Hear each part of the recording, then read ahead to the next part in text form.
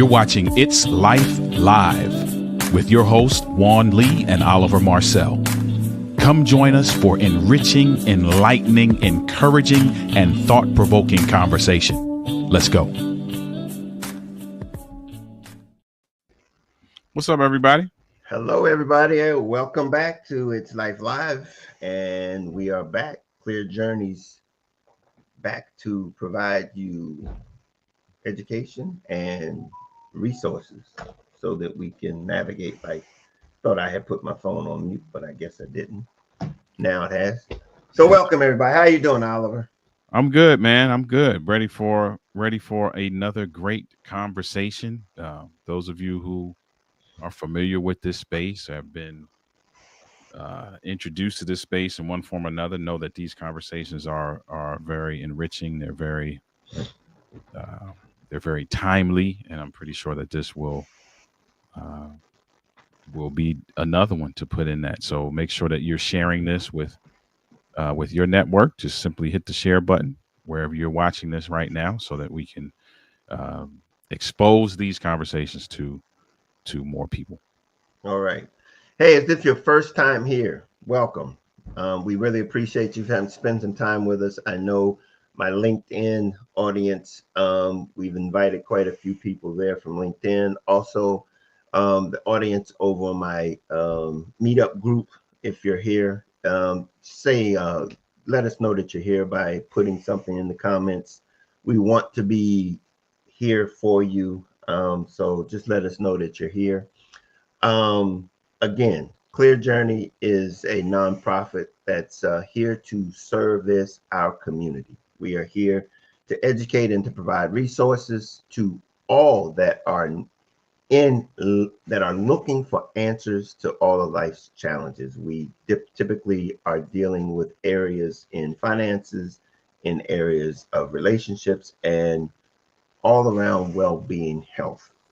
I am the founder, and I'm also an author of a book called Love Made Simple, which is the foundation for our nonprofit or Clear Journey, where it's talking about a mindset, the mindset that you can have to be successful in all areas of your life, no matter what stage of life you're in, whether you're a teenager, a young adult, an adult, or a senior.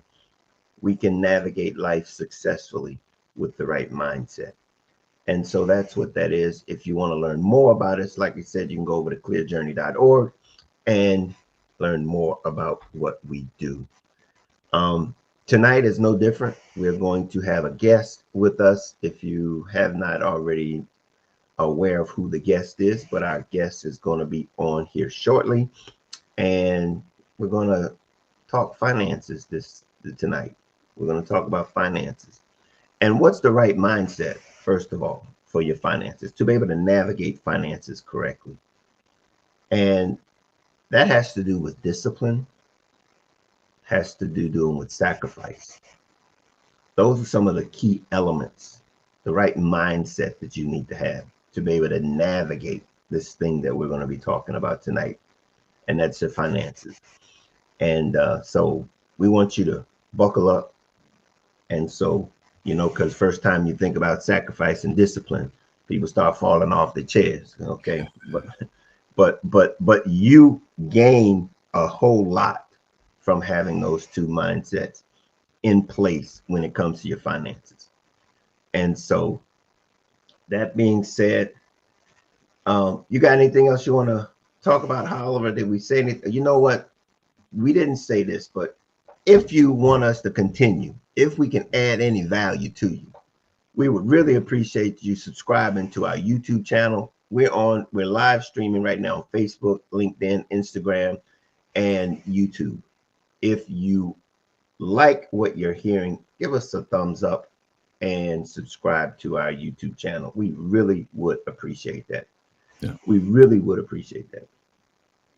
Yeah, and go back and watch the other episodes as well. There are some really, I know everybody who has some kind of podcast or some type of live stream show, says that they're their information is the best information out there, and that's fine. I'm not disputing that by any means.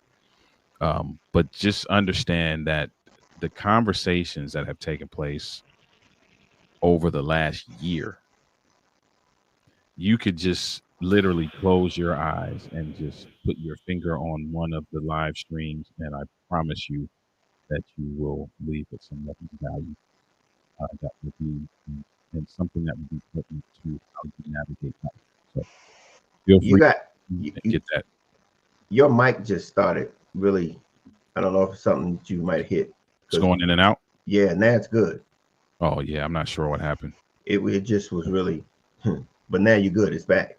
Okay, yeah, I don't know. I guess I don't know what happened, but That look. We talked about our last guest, and Devil didn't want you to say that. yeah, right, exactly.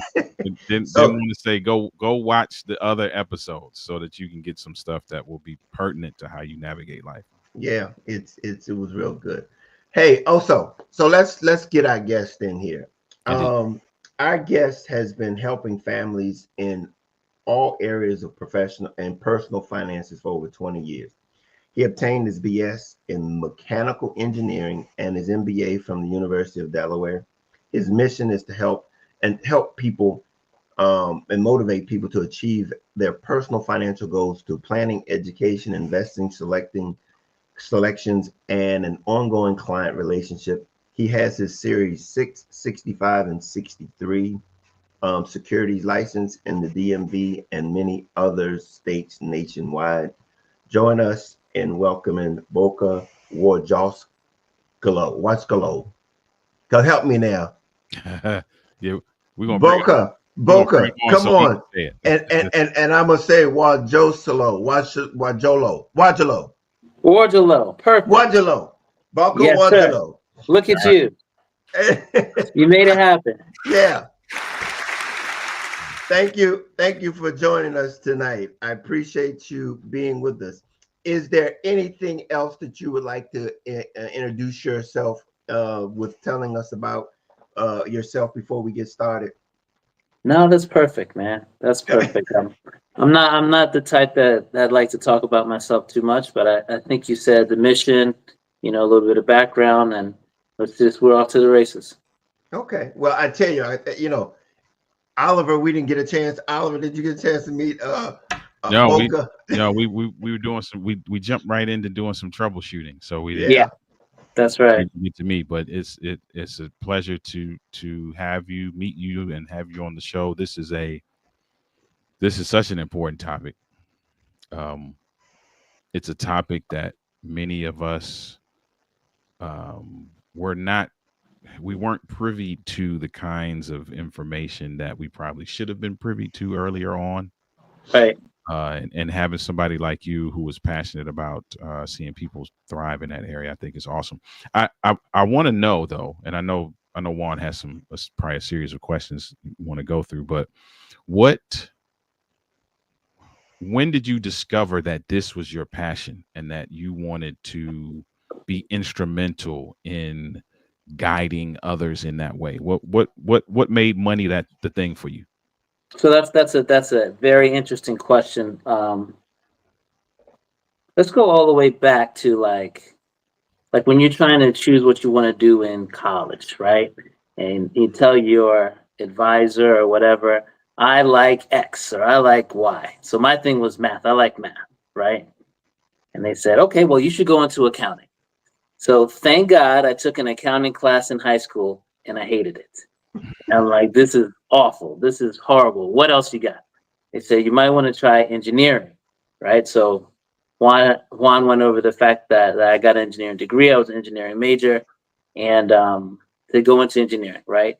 If they had told me about finances, investment banking, stock selection, what I mean, all that stuff in high school, I'd have been doing this from college, from the very, very beginning. You know what I mean? There's the math associated with this is just right down my alley and things of that nature. So I'd have been doing it a long time ago. However, I got into construction management. So after my MBA concentration was in basically project management. And I just went on the internet and This was when Monster.com first started out.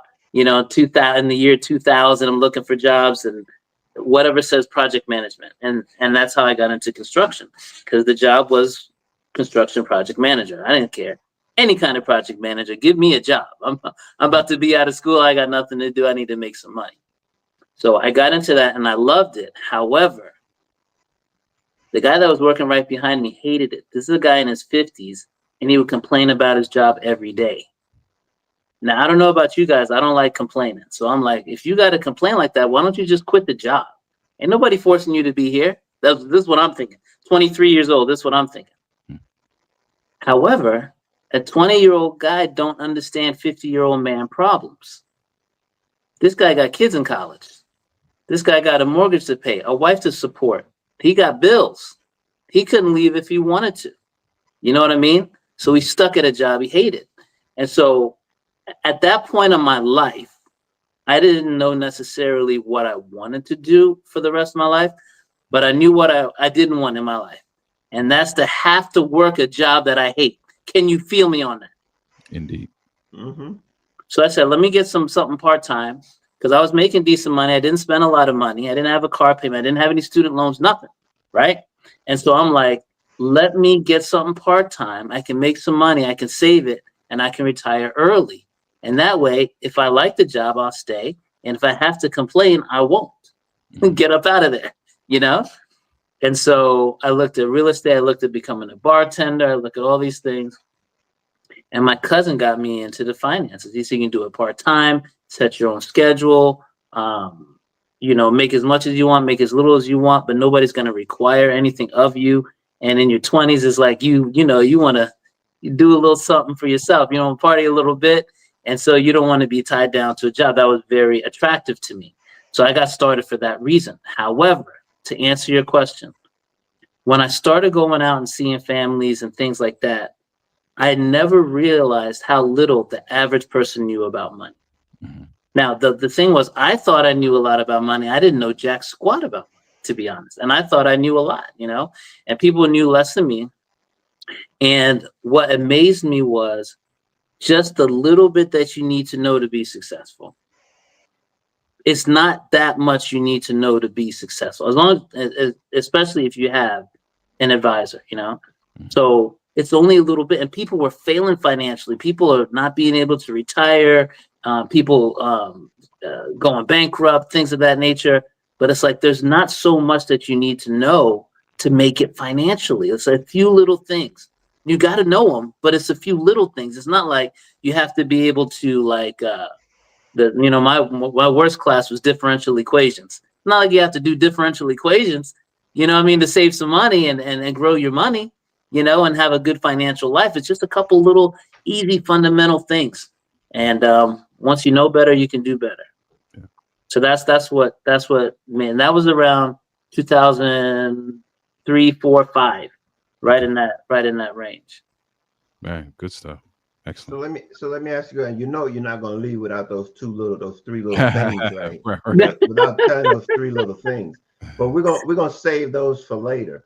So let me ask you a question. In spite of the journey that you were on, from mechanical engineering to finances, how did that degree and that MBA help you to be able to settle in the finances to the point where, what did you gain? What did you learn from even that journey?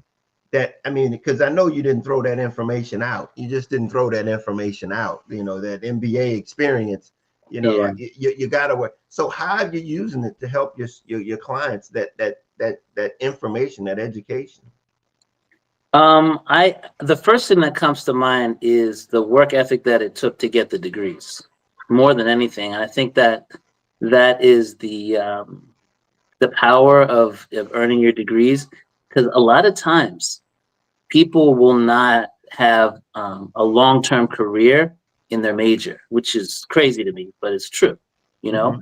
And so it's the work ethic it took to learn to earn the degree, and then how to study, how to take in information, because like I say, there's only a few things that the person needs to know, but as an advisor, you need to know pretty much everything. You know, you need to know everything.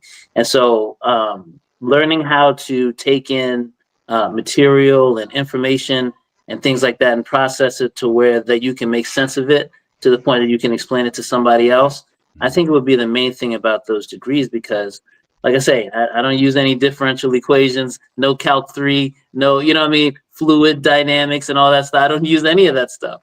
But having to grasp those concepts and learn those things and figure out the most important things from them, I think is probably the best that I got out of it.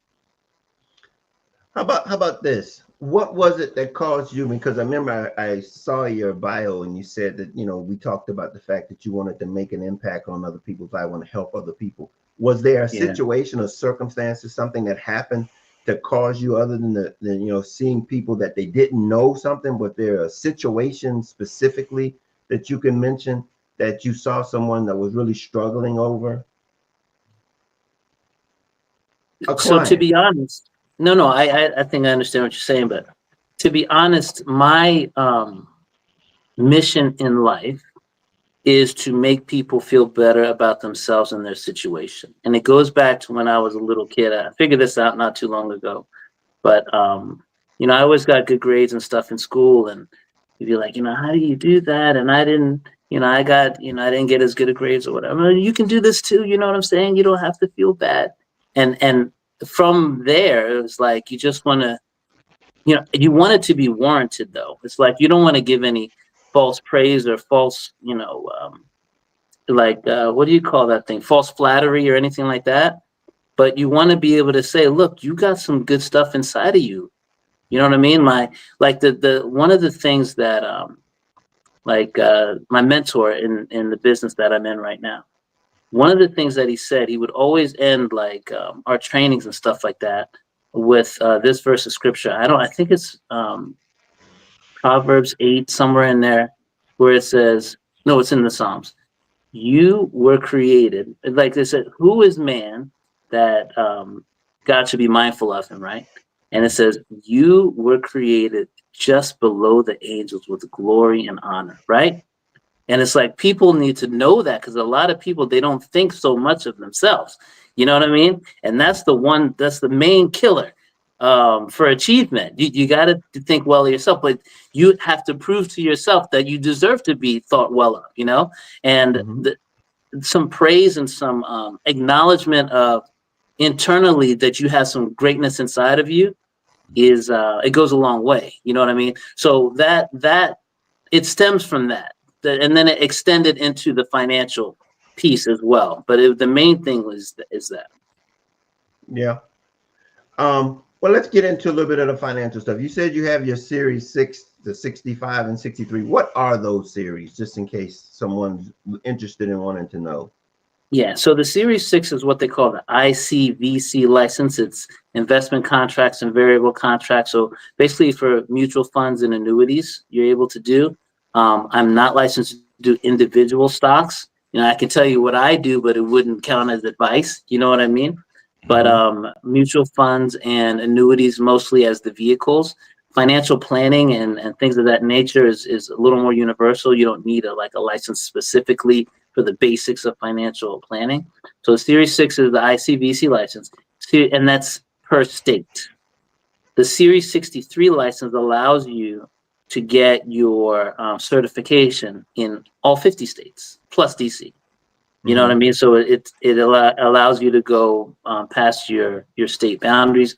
And then Series 65 is what they call the Investment Advisor Representative designation. And that's a fiduciary designation. So that allows you to be an investment advisor. So those are those 3 licenses. Okay. Anything coming up, Oliver? No, just with you talking about annuities, I just had a conversation with somebody. All these days are all together. I want to say it was yesterday. And this person was actually introducing me to some things I had never heard of before. With you talking about annuities, it just kind of made me think back to this conversation I had yesterday, which leads me to this. Again, what I said in the beginning, there are so many people who don't know any of this stuff. You talked about, you feeling like you knew a lot and Yeah, realized you didn't even really know that much. And there are people that's who know right. less than you, right? What That's right. what what is the I mean, obviously getting an advisor would be the answer to this question that I'm about to ask. But for those who are like, hey, you know what? I don't know if I'm at the advisor space, or I don't know if it's time for an advisor, but I would at least like to start becoming aware with the terminology and what's out there. What are some things that people can do in terms of getting themselves a little bit more knowledgeable in that area? Well, the internet is cool. They say you can find everything on there, and you can. But get into books in that financial space. So I like Nick Murray as an author.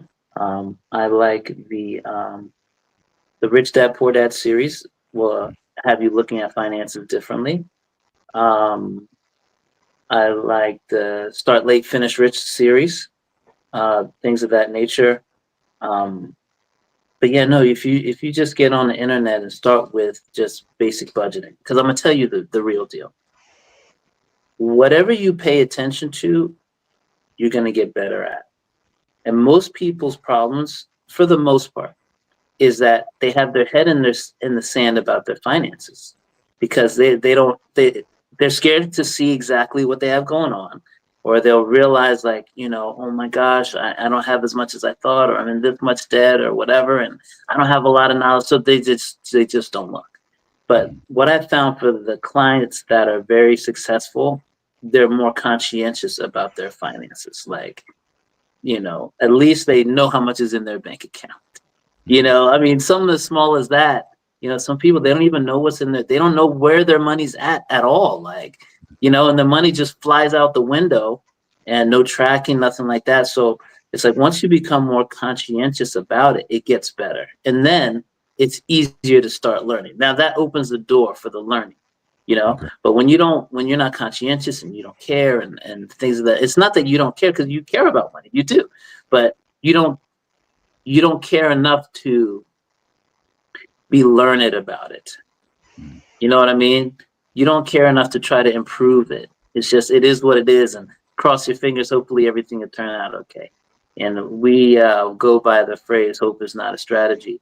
So, but once you become conscientious, it'll be easy. Like it's like I don't know if you guys have ever heard of the reticular activating system, but it's like if you drive home from work one day, and by the time you get home, somebody asks you how many white cars did you pass on the way, you wouldn't be able to tell. However, if somebody said, on the way home from work today, I'll give you $1,000 for every white car you can get the license plate on. Two, Mhm. 4, 6, 8, 10. Now you got it going on. You know what I'm Mhm. saying? So it's the same thing with your money. It's like now resources start popping up. It's like the stuff coming across your feed, and you're like, oh, you pay attention to the stuff that you wouldn't have paid attention to before. And it just gets better. Yeah. That Excellent. feeds, that really feeds into the mindset that we talk about here. We talk about having the mindset to be able to know what the information is, to have an understanding Yes. or an awareness of the Yes. conversation or the Awareness. information that's coming your way. Yeah, that's right. And that's critical to this whole process, because until you are, it's just like that. It's like, money flying through the air. That's It's right. just out the window, Yeah. because you're unaware of what its purpose is, why. And the thing about it is very interesting, because you and I have a very similar scenario as it relates to, because finances is something that was, I guess it was forced upon me, so to speak, back during the prior to the crisis, the financial crisis of 2008. I was in the mortgages and financing back in the mid 2000, early 2000s and stuff. And it was amazing how easily people were manipulated and parted with their money, because their desire to want something was more than the process of getting it. 100%. If you understand what I mean there. And so what happened is that from that experience, I was like, I've got to educate people. I've got to help people. And it's really, like you said, it's really not that much information that can make a difference. Yes. But the biggest thing is that I've learned has to be with is the desire to want to learn. You know, that desire to want to learn becomes essential to your whole outlook in life. And so it's very important that these conversations that we're having, that people are getting the fact that you've got to want it.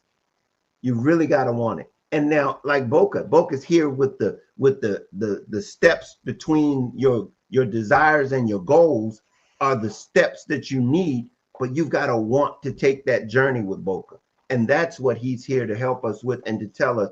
So, by the way, Bokah, so let me ask you this. And I mean, this is the biggest challenge in this financial thing. And I think this is something that we talked about earlier. How do you help people who have a desire to want to know how to navigate retirement and live a life where they can be in, that they can enjoy on the way to retirement?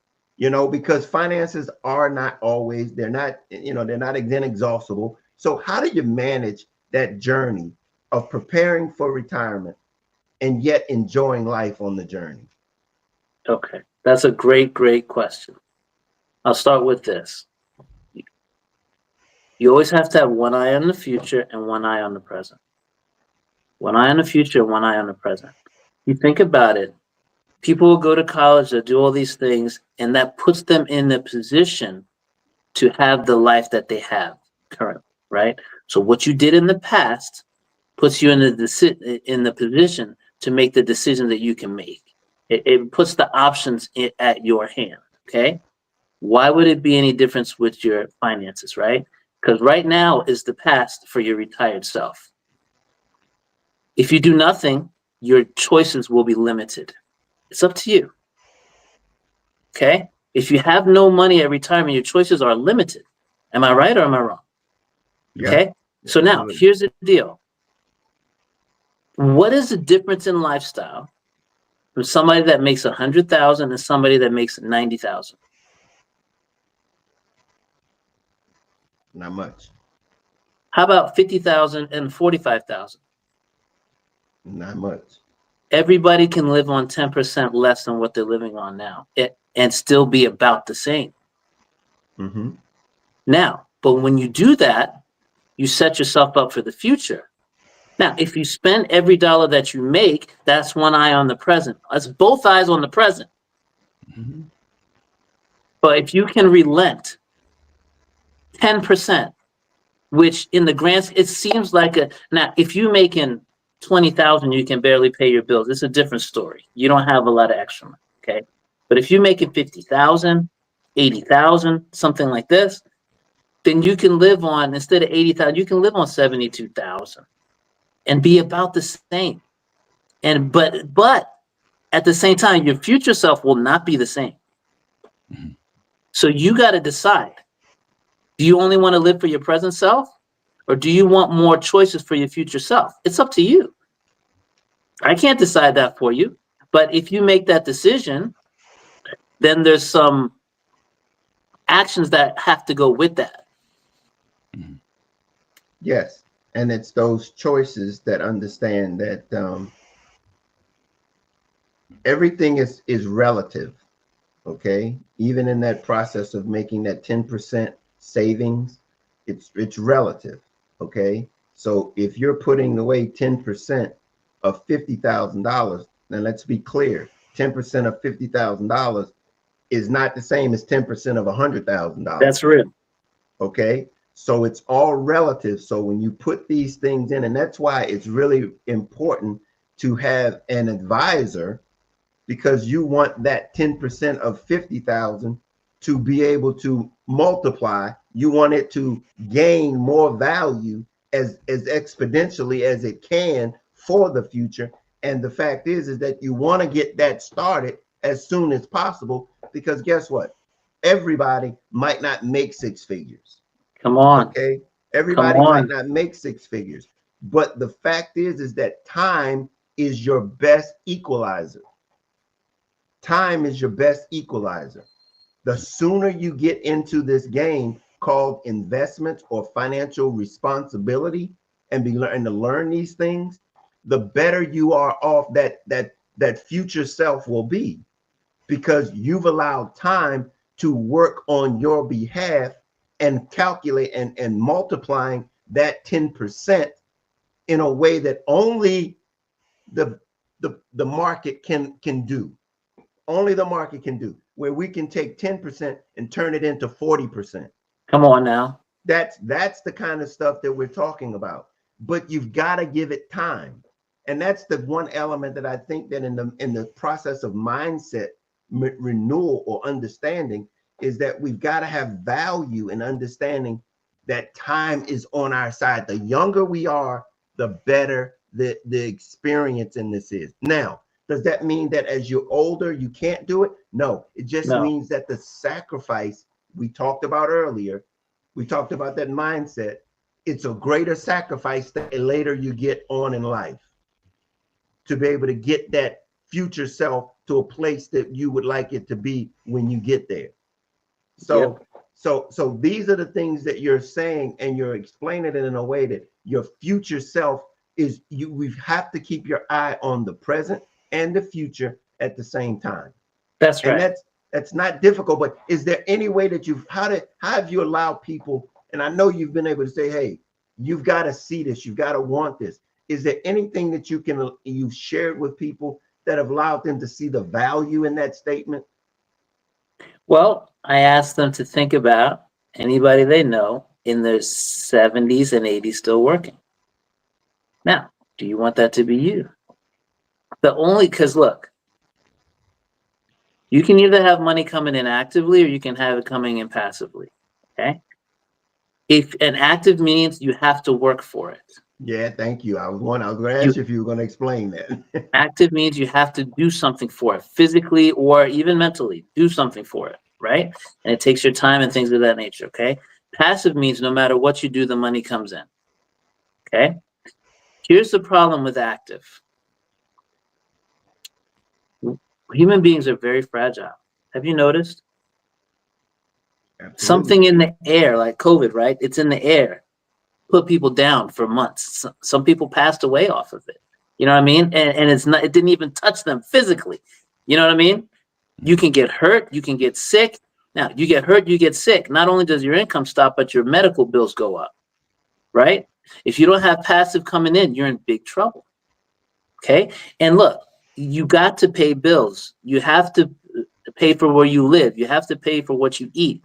You know what I mean? These things of that nature. So look, if you never have passive, everything will have to be active. So if you don't have passive income, and we're talking about through your investments, let's say, as one of the choices, because for most people, that's the most feasible thing to get passive income from. You know what I mean? Most of us are not going to get Jerry Seinfeld residuals from our TV show. You know what I'm saying? So absolutely. For most people, the passive income is going to come from the money they have saved, right?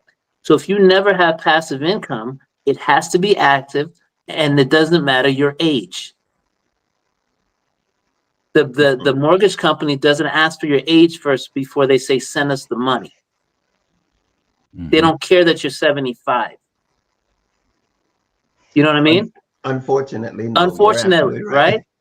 So it's up to you. And I don't work with people that don't have no desire. What am I supposed to do? You know what I'm saying? Yeah. I'm not going to bend anybody's arm. I'm not in the convincing business. Mm-hmm. Do you understand what I'm saying? I'm here to help you get what you want. If this is not something that you want, I can't help you. Mm-hmm. Right. Everybody has their own choice to make how they want their life to go. Mm-hmm. You mentioned earlier, you were talking about, when you were describing what you were describing, you talked about the 20,000, the person making 20,000 who's kind of struggling to pay their bills and that kind of thing. Yeah. It just got me to thinking of a conversation that I was in not too long ago, where there were folks in the conversation that were like, man, all this talk, all this stuff you're talking about, because they were talking about life insurance and different types of life insurance and the premiums and you got to get in this and you got to put your money in that and put your money in that. And so there were people in the conversation who were like, man, I'm not even nowhere near that. Like I can't even, I don't have the money to even put there in order for me to see something go. So for that person who is the person who's like, hey, listen, I'm hand to mouth in it right now, Yeah. but I want this. What do they need to do? So the first thing I would say is you have to take that with a grain of salt. Because somebody says they're hand to mouth, that doesn't mean they don't make no money. Some Mhm. people make some decent money and they True. live in a paycheck behind That's anyway. yeah, true. Okay, so to take that with a grain of salt, some of those people need to lighten up on their lifestyle. Some of those people, okay? Mm. However, I'm gonna tell you this, and this might sound whatever it sounds like, okay? If you can barely pay your bills all the time, bunch of debt, this and that or whatever, this is America. You have to make more money. The first thing that we look for, like if somebody's short on their bills and stuff like that, we want to look at the abundance side first before we look at the scarcity side. Okay, Okay. because you can make an unlimited amount of extra money. Okay, but you can only reduce your bills so much. You can't have Right. zero bills. You know what I Right. mean? You can make an unlimited amount of extra money, and if you want to work, somebody wants to pay you. I'm telling you. So when you talk about desire, how bad do you want it? And I can barely do this. Like I can't save any money, right? Unless you're already working an extra job, right? And you're already, maxed out all the stuff that you can do. You gotta, if you can work in all the hours that you can work, you might have to improve your skills. You Mhm. might have to find a skill that pays more than what you're getting paid for your current time. And I don't mean to be mean, but there's no other way around it, my guy. There's unless you want to live paycheck to paycheck for the rest of your life. Mhm. You either need to work more hours or figure out how to get paid more per hour that you currently work. For some people, that means, you have to go learn a skill. You don't necessarily have to go back to college, but I know a lot of HVAC guys that make good money, man. Mhm. I know a lot of electricians that make good money, man. Getting an apprenticeship program, you get earn while you learn. You know what I mean? Mhm. It all goes back to desire. So if that's the case, I'm sorry to tell you, you have to make more money, bro. I, I don't know if that's just something. I mean, here's the other side to that, and I'll say this, and because this is very interesting from the perspective that you presented it is you're absolutely right. You first of all, you've got to realize and understand that you've got to start putting money aside. You You've have got to. to start. Yes. You have to start saving some money. Okay. Um, if making more money is not an option, and it could be that it's not an option, then you have to look at cutting things. Mhm. Yes, You have to look at cutting things that's because correct.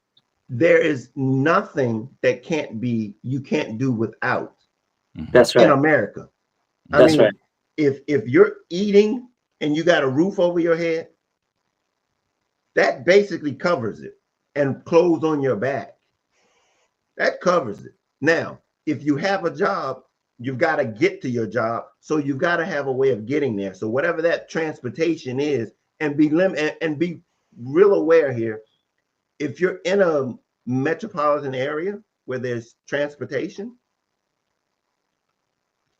that's transportation. That's Mhm. real. Okay.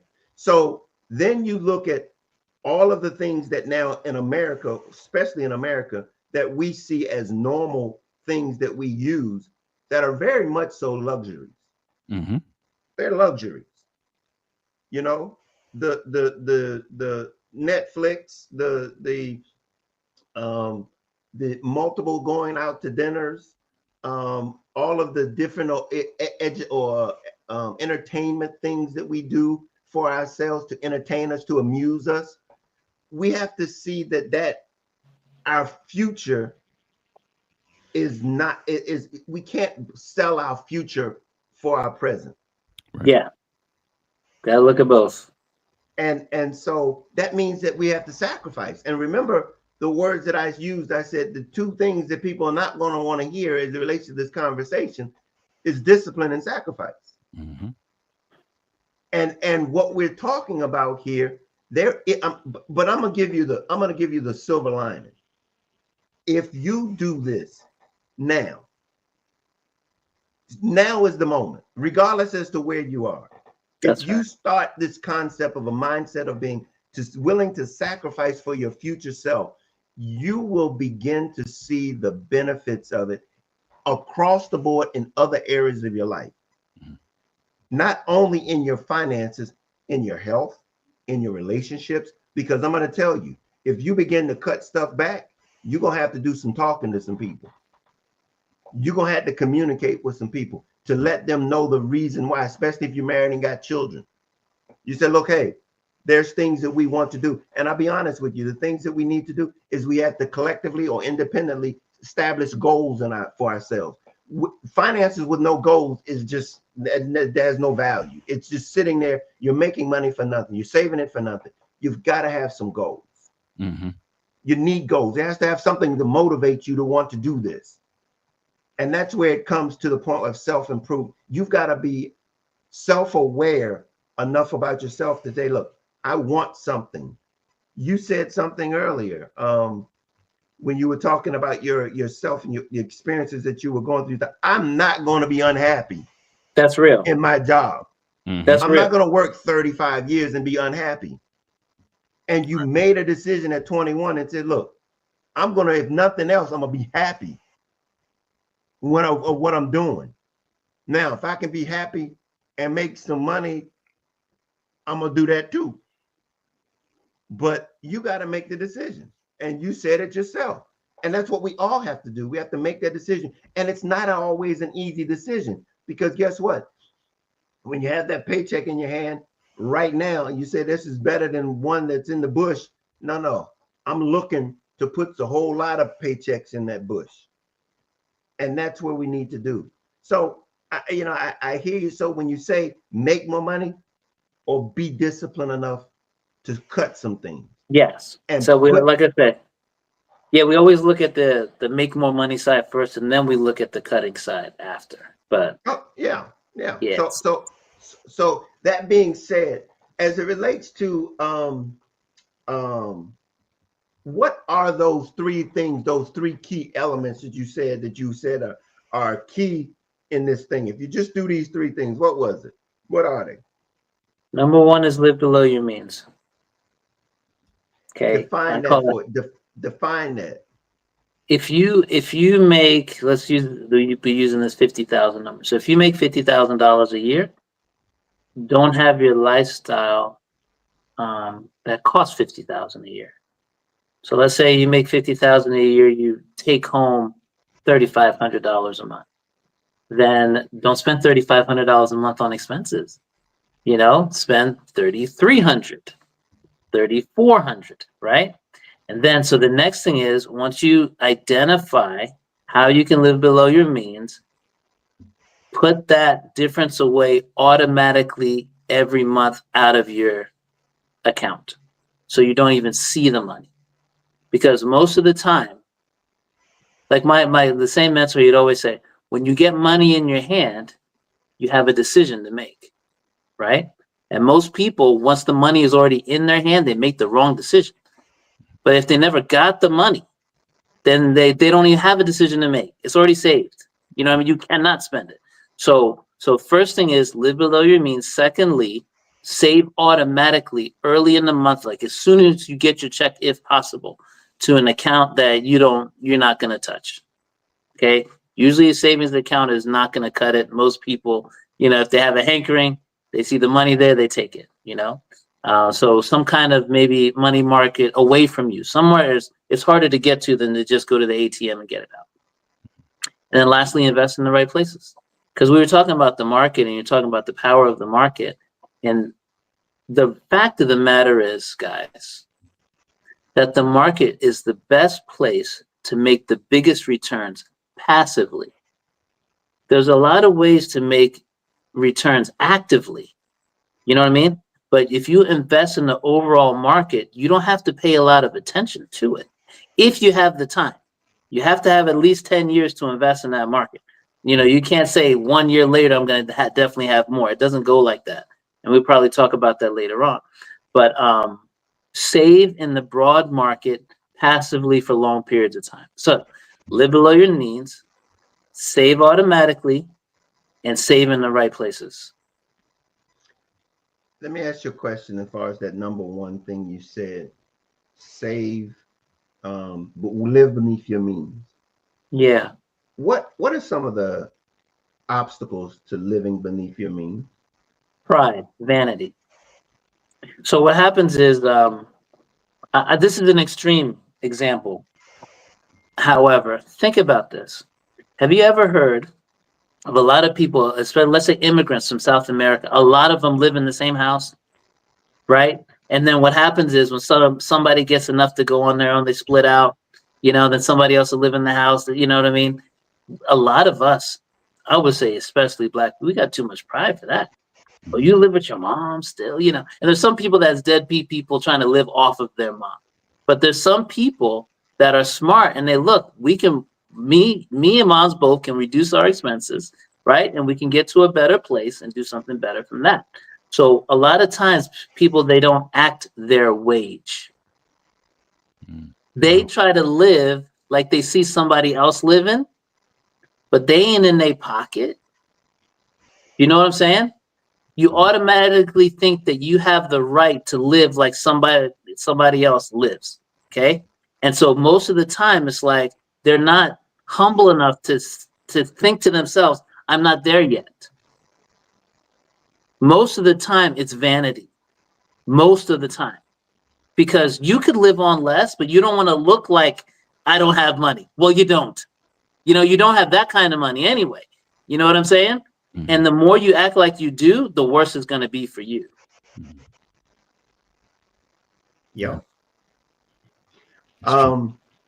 Anything you got anything, Oliver? No, I mean, this is great. I think, you know, there are folks who need to hear this, who need to be reminded of it. You know, I love the, you know, I love the simplicity of living beneath your means, and definitely see how how many of us are somehow opposed to that for one reason or another. You know, our priorities are off. Yeah. Our, you know, we get caught up in this, like you said, I got to look a certain way, right? Mm-hmm. And you know, you got folk who are not concerned about looking a certain way, and they got 100 times more than what you got. Trying to tell you, man. You know what I mean? And it ain't about how you look. At the end of the day, it's about what you got. So let me tell you this story real quick. My next door neighbor, they've been my neighbor for, let's say, like 3 years or something like that. So the neighbor before them, when they were trying to sell the house to this person, he would tell me about how they don't have the down payment money. They're trying to get their finance together. They just don't have the cash, blah, blah, blah, blah, blah, right? Now, I drive an Accord. My wife drives an Altima. Both paid off, years old. I think my Accord is a 12. And no, is it a 12? No. One is a 14 and one is like a 15, right? Mm-hmm. Old cars, but they work. They're good. You know what I mean? And I know my net worth, right? So these guys that didn't have any cash for the table, it took so long for them to work out a situation where they could actually close on the house. They roll up in brand new Mercedes Benzes. You know, I know what you got going on, at least in that side of the house. You know what I'm saying?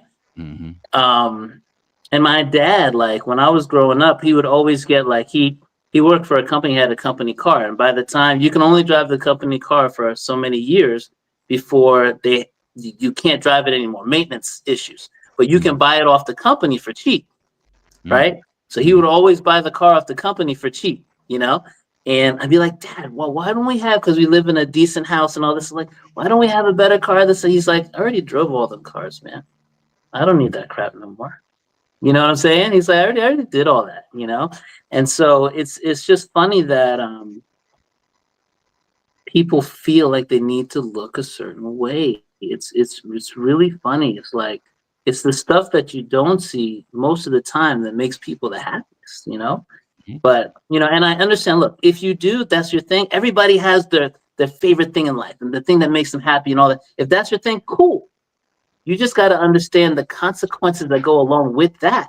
And Right. you have to be okay with that. If that's your deal, cool. Like a lot of people like, well, look at I don't know the newer rappers guys. I stopped listening to the radio a long time ago. But some of these young cats, they got all the grill, they got the big Cubans, and they got all this other kind of stuff. That like, look at this guy, he's got all this stuff going on. Then look at Bill Gates, he's a billionaire, he's got a T-shirt, right? Hey man, let that man live, man. Maybe that's all he wanted for the whole rest of his life. That's all he ever wanted was to look fly. That's cool. That if that's what he wants, but he has to understand. As long as he understands, you don't build long-term wealth wearing your money. Hmm. You know what I'm saying? And if he's cool with that and that's what he wants, let him live. That's cool. I always say everybody got their own thing. That's not my thing and never been my thing. Okay. But if that's your thing, that's cool. But you have to understand if you want to have money one day, you Hmm. can't spend all your money today. Period. That's just all there is to it. Right. And Yeah. it seems like a no brainer. Um, Yeah. But it's just it's hard, man. mhm. It's hard, you know, especially I don't know if this is true or not, but if you grew up with nothing and now you got a little something, it's hard not to spend Mhm. what you got because you're scared to go back and you know what if this goes away and all this other. I can understand it, bro. You know what I mean? But maybe you need a fresh perspective. You know what I'm saying? And I don't know. It's not easy for some people. Well, I think you just hit the head. I mean, education is what we're about here. It's about educating people, about giving them alternatives. You know, wherever they've started doesn't mean that they have to stay there, nor does it mean they have to go back there if they're not there now. But what you're providing is information. These are resources that we're trying to give our community so we can make those choices. See, the one thing that I don't want someone to get to is 20 years down the road and say, I wish I knew. Agreed. That's what this is all about. I don't want our children today to get to where we are today and at 20, 30 years from now and go like, man, I wish they had told me. One of the things that I've gone through and I've experienced, and many times when I speak to younger people, I say collectively, as my generation, I'm a generation X. I said my generation, we were those that were getting everything that our parents could give us at the expense of telling us how they got it. Mm, Mhm. Yep. Without at the expense of telling us how they got it. And the next generation, the generation that's coming up now, they've gotten it with the attention that they deserve it. that's right. And we've got to be able to help them understand that nobody deserves it. There's nobody's entitled. That's right. Nobody's entitled. And if we don't learn and we don't teach, so in other words, I said we failed this generation, this younger generation, to not have the desire to want, because things have changed. And to be honest with you, this generation, I'm a forever learner. And I need younger people because there's a generation that what we're doing right now wasn't available 20 years ago. That's for sure. This generation's norm. Mhm. And so what we've got to do is that we've got to do what we're doing and we've got to give it to them on the way in which they can receive it. This is one of the platforms. This is one of the ways they can pick it up, see it at their disposal. We don't have to put them in a classroom. We can give them the desire of our hearts to let them know we don't want them to have to suffer through this life's journey without the information that can make a difference in their lives on the journey, Mhm. on this journey called life. And so, yeah, it's maybe difficult, but nothing's worth getting it's got to be a little bit of a challenge to it. We've got Hey, to look, grow in this process. you didn't ask me for the easy way. You just say, how do I do it? You either want to do it or you don't. I don't know There, what to tell you. You know no, what I mean? there is no easy way. And to say that life is fair would be the biggest misconception. Okay? We've got to put the work to the plow. And all we're here to do is to give you, we can't make you do it, but all we can do is give you the information, give you the tools. Now you got to make the decision. Yep. It's up to you to make the decision. So, is there anything you'd like to leave the audience with, Bokah? To what's your last bit of advice that you would like to leave us with today? Um, I don't know. It's just the same thing I said before, is that you have the potential to have a great life. Everybody, not the person next to you. I'm not just talking to the screen. Like, you sitting in your chair, or you on your bed, or on your couch, or whatever. You have the potential for a great life if you're willing to do the things that it takes to have a great life. Everybody can do it. It's not reserved for certain people. I know some people that think it's like, oh, that's just for other people. Being rich is just for other people. No, this is America, man. This is why people come to America, right? Because it's the opportunity for everybody to get whatever they want to get if you're willing to do the things it takes to do it. You know, you just tripped all over one of the bigger issues that we have here in America, and that is that you just said about opportunities, and that right there is a major, I would say, a major stumbling block for most of Americans, is that they don't see the opportunity. They can't see the opportunity. And that's what we're trying to present. That's what all we're trying to do, is expand and broaden your horizons to be able to see opportunities. And that's exactly what we're talking about here.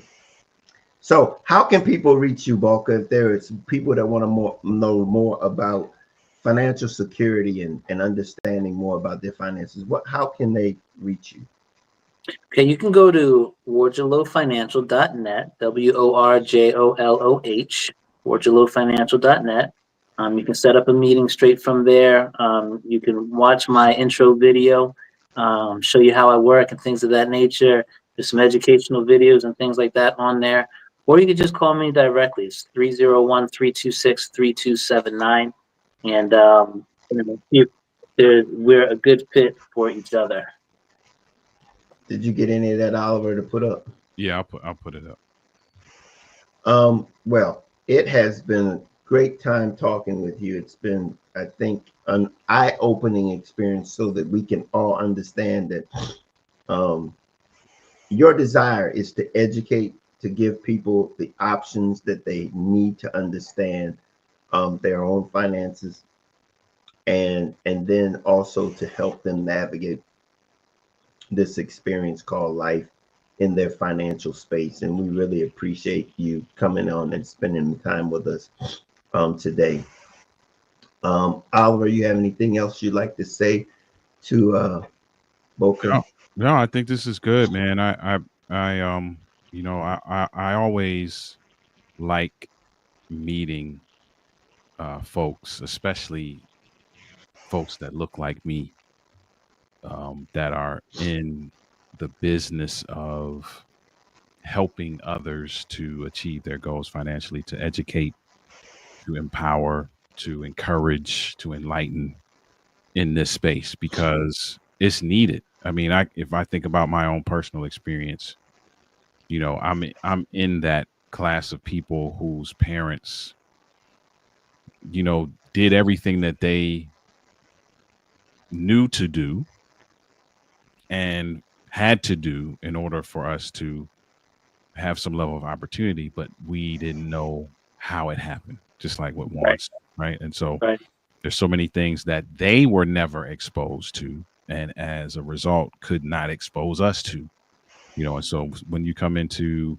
spaces now where there's so much more information. There's so many more people who look like us who are out there championing for this kind of financial education, literacy, and ultimately freedom. Yes. I take my hat off to you and folks like you. So thank you. No, and I really appreciate you guys. Juan reached out to me. I was very honored by that. And just your platform and what you guys are doing and the information you're giving and the spirit in which you give it. It's just very empowering. It's very empowering. Well, thank you. That's the whole idea, is that we want people to be able to navigate this thing called life and to reach their full potential in every area of their life. So we want to thank you again for being with us. Don't go away. We're going to send you back to the green room there for a minute, and we're just going to close out the show, and we'll be back to talk with you then. If you will just hang out for a little bit. Okay. Good stuff. Yeah. I really appreciate him being here and sharing it. And to be honest with you, the things that he was saying are just so very profound in the sense that it's very simple, but it's so very difficult. At the same time, it's a choice. Yeah. It's a choice. And listen, I'm gonna say, listen, reach out to this brother. You know, those of you who are watching or watching the replay, and you know that this is an area where you need some assistance, you need some guidance, you need some encouragement, you need some education. Reach out to this guy. Let me tell you what I appreciate, and I should have said this while he was still on camera. I appreciate, as a coach, I appreciate people who don't mix words. And I could just tell 100.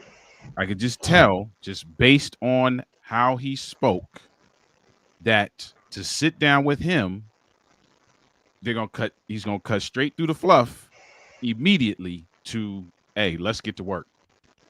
And that's the kind of person you need if you're trying to make some strides.